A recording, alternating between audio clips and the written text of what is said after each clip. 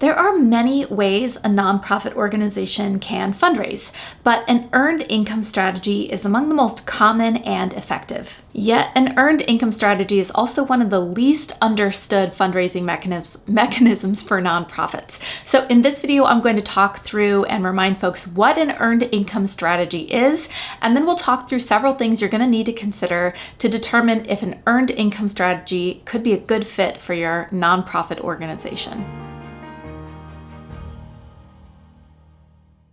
Welcome back to my channel. Once again, my name is Amber Melanie Smith, and I'm a nonprofit founder and executive director who makes these videos here on YouTube to help people figure out how to make an impact, whether that's through starting a nonprofit, social enterprise, or socially conscious business, or being a leader or volunteer in their community, or so many other paths you could possibly take to make an impact.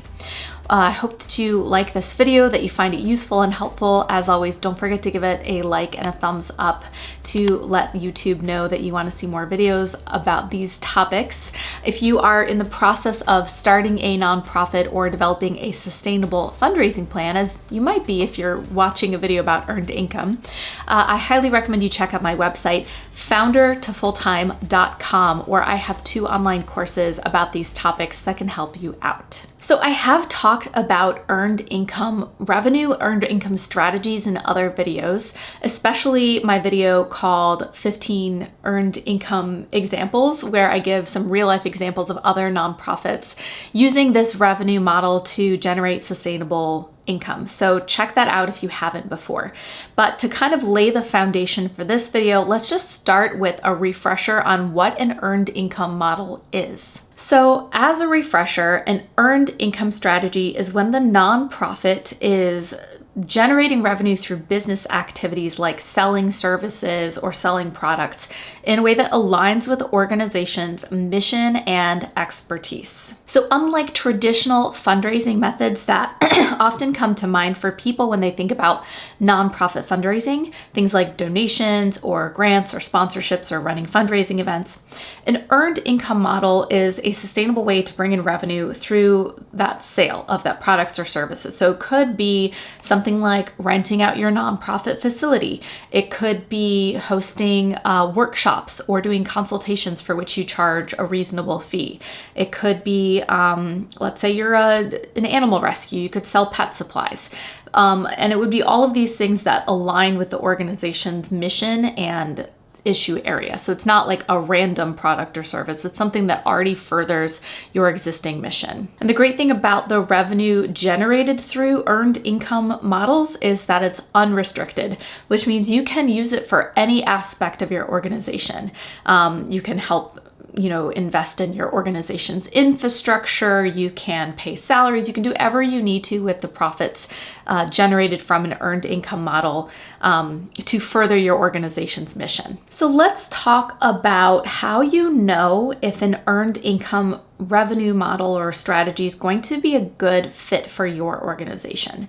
And I kind of just want to say that with the understanding that there's no one-size-fits-all fundraising solutions for all nonprofits.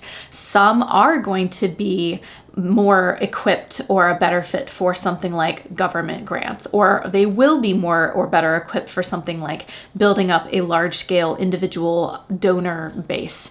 And then some are really a great fit for the earned income model. And also want to say this model is not exclusive. It's not the only way, nor should it be the only way that your organization brings in revenue. It's just one of the ways. So let's talk through 8 things that you need to consider in order to determine if an earned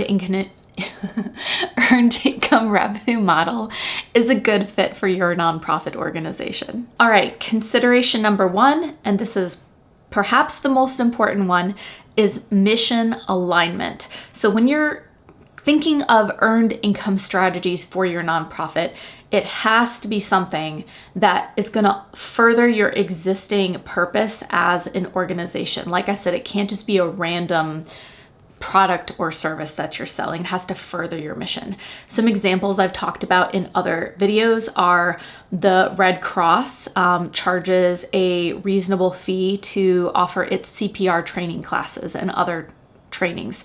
So Equipping people to be skilled in, helping in a disaster or emergency situation is part of the Red Cross's mission. And so even though it's charging a fee for those trainings and workshops, it is still furthering its mission through that earned income strategy. So I hope that makes sense. An example of when a nonprofit might not be aligning its mission and earned income strategy. Let's say you are an animal rescue group and you sell random t-shirts over here with funny phrases on them. Those t-shirts have nothing to do with your mission. It might, generate a couple bucks here and there, but it would be what the IRS considers unrelated business income. So you have to really make sure that your strategy is aligning.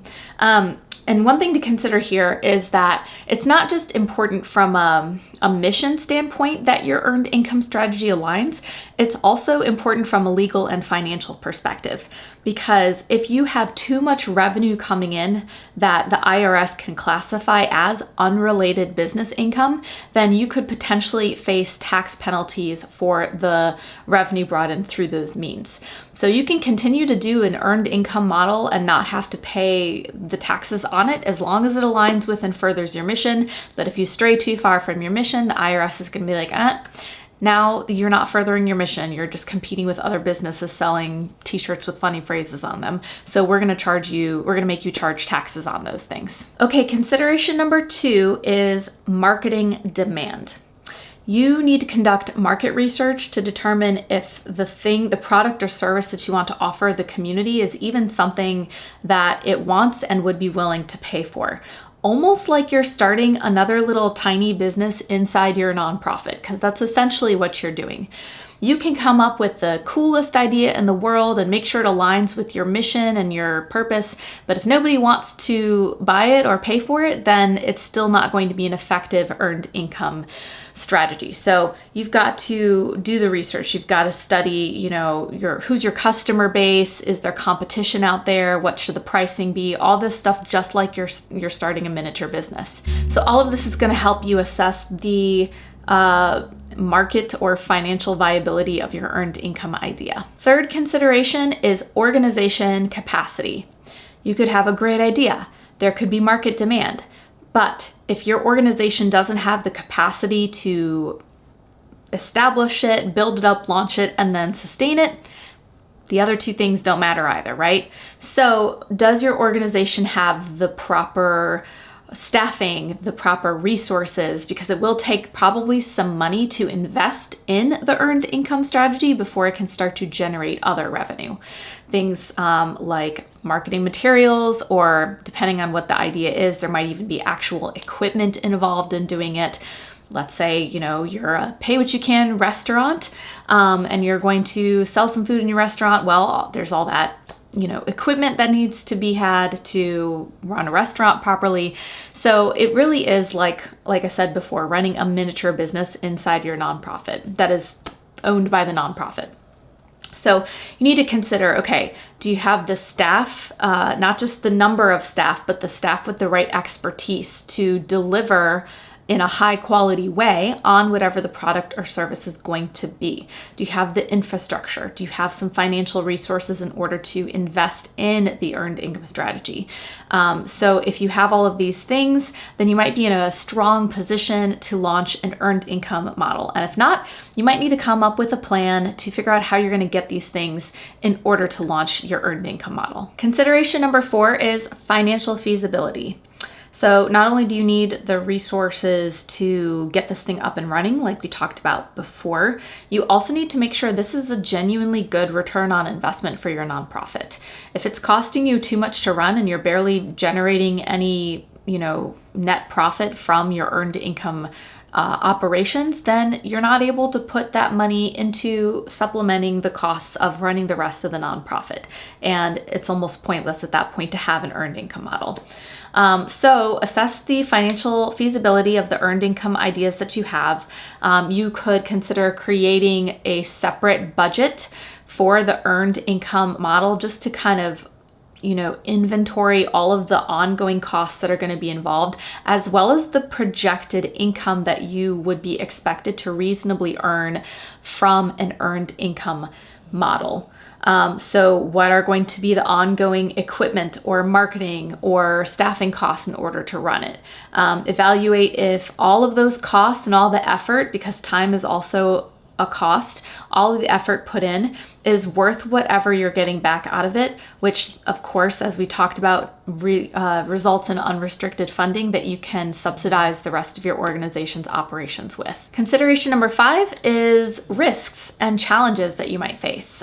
Doing a risk assessment is an important step of thinking through whether an earned income strategy is a good fit for your organization.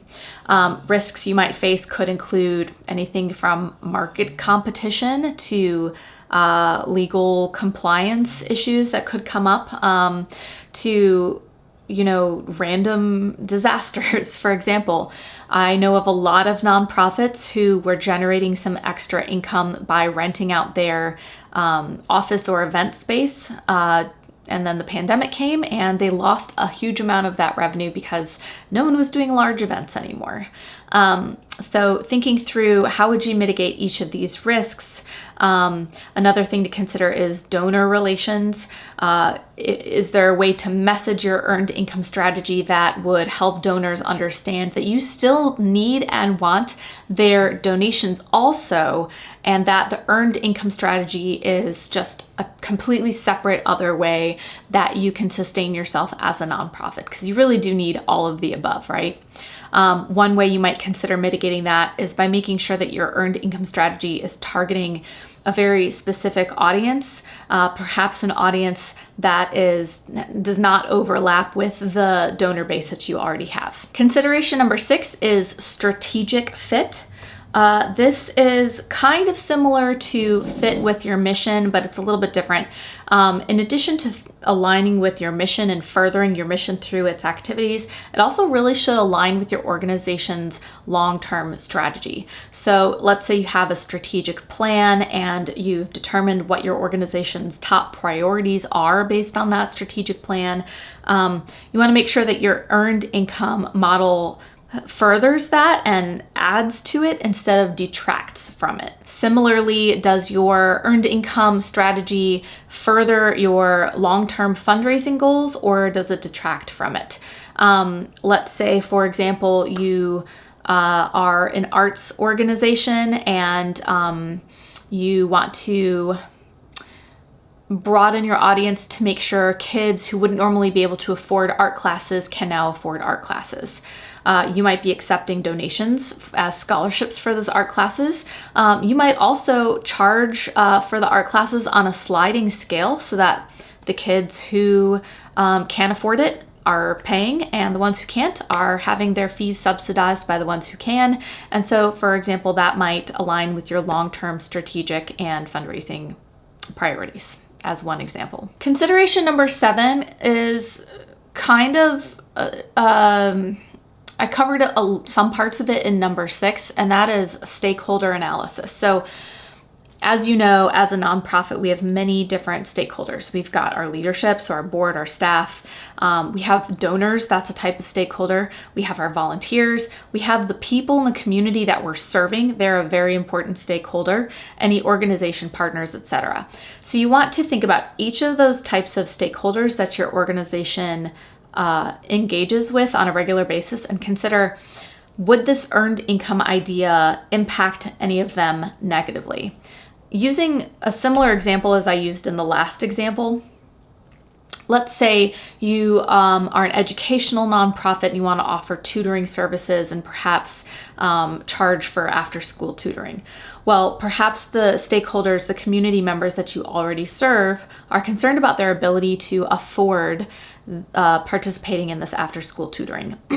And it's really important that you provide the services to those people because that is your nonprofit's social impact mission.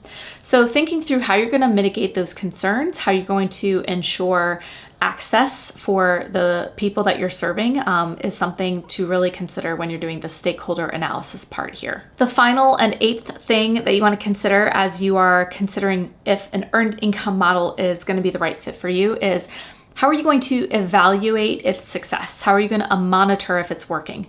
So what are the mechanisms that you would put in place, that you have the capacity to put in place to really honestly assess if the earned income activities are a good return on investment? Perhaps you are going to track the staff and volunteer time that is put in to sustaining the earned income model. Maybe you want to do a financial analysis every quarter and take a look at how much is being brought in versus how much is spent. So really taking an honest look at how it's making an impact financially and for your capacity, but also for your mission. How many additional people are you able to serve or engage with through this earned income model? Because as we've been saying, aligning with your mission is a really important piece of this whole puzzle. All right, so as you can see, there's a lot to consider. You don't want to just undertake an earned income model sort of randomly or without a lot of intention or thought or research first. I hope that going through these things has helped you kind of consider how you might approach coming up with some great ideas for an earned income model if you determine that's a good fit for you. So this was all sort of a first phase in exploring earned income revenue, but I'm actually going to do a second video after this that I'll post the next week that you will be able to use to think through, okay, what are the actual action steps you need to now take once you've decided that yes, an earned income model is what we want to do. So come back next week and be sure to tune in for that second part of this video. I'd love to hear from you at this point. What do you think about this whole model? Do you think that this is something you'll probably consider for your nonprofit, or do you already have an earned income strategy, and how's that going for you so far? Leave some comments below and I'd love to have a dialogue with you. As I mentioned before, if you are in the process of starting a nonprofit or developing a sustainable fundraising plan, I have some great courses on my website, foundertofulltime.com, that I hope you can check out and get some use out of. I also have a newsletter for nonprofit leaders and change makers that you can subscribe to at the link below the video. I send out funding opportunities and trends and interesting things that I'm reading, and of course, my latest video usually. So you can subscribe to that list and of course opt out anytime you need to. Finally, I have a group called Change the World or Bust on Facebook. We have, I think last I checked, 4,500 people in there now from all around the world who are trying to make an impact in their own way. So I hope that you can come and join us there and share your story. I hope that you found this helpful and useful as always. Once again, I'm Amber Melanie Smith, and I'll see you next time. Bye.